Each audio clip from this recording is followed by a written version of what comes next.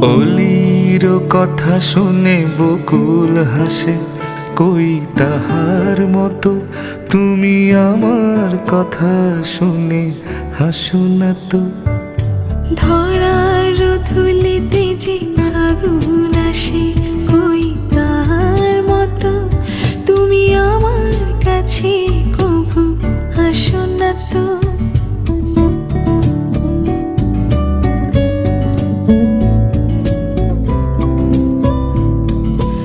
আকাশ পারে ওই অনেক দূরে, যেমন করে মেঘ যায় গৌরে।